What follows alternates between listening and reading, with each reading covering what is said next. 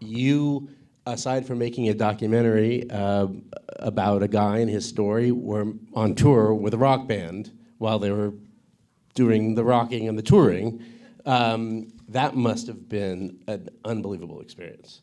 I mean, first of all, just a logistically problematic experience for filmmakers. They lived in the lap of luxury, just like the band. You did? No, they didn't. Sex, drugs, and rock and roll. You can tell us. It's okay. I mean, okay, we had very few resources, okay, because we did this on our own dime. It wasn't this big budget documentary. We took the leap of faith, really. Because I told Capella, you know, the band said, yes, come on board. And I said, we don't have money. And she goes, what do you mean we don't have money? Let's just go. So we went and followed this big band. And they're big business rock and roll, okay? So everything is like this well-oiled machine. And then we were inserted into this well-oiled machine, which was problematic for the management, problematic for everyone. And so because of I'm assuming you had never been backstage at a big rock and roll tour. I mean, you didn't have experience with this. No, not every night. It's like we're there.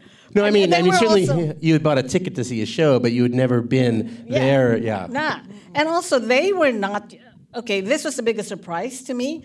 They weren't used to having cameras backstage, and I just thought that, you know, they're a rock band. They're used to press and people with cameras backstage.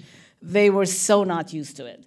And someone then explained to me that they came of age before MTV. Right. And it was MTV that really broke open the doors, you know, backstage, and cameras were invited backstage. But before then, that was sort of sacred. No one ever went backstage with a camera. Thank God there was no cameras back in their heyday, because holy God. So I was surprised that they were like very gun shy when the cameras were around at first. You know, of course, then we were persistent and we just were there, and they were like, you're still here? We're like, yeah, you have to. Right, remember, our deal was we were going to be here every day for the rest of the summer, but they were. All right, so producers, what kind of challenge did that face for you?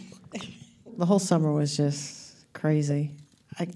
You can't even imagine how hard these guys work. I mean, you wake up maybe like at 1 in the afternoon, you go to sound check, you do the concert, then you finish, say, around 12, you get on a road, you might travel till 6 a.m., and do it all over again. You don't know what city you're in. You don't know what day it is.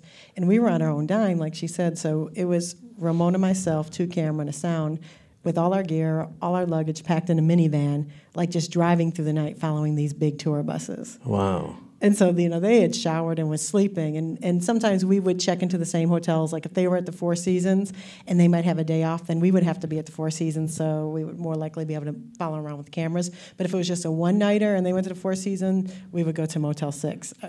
You know, right. Like places you didn't even want to get under the cover. And how long did this last?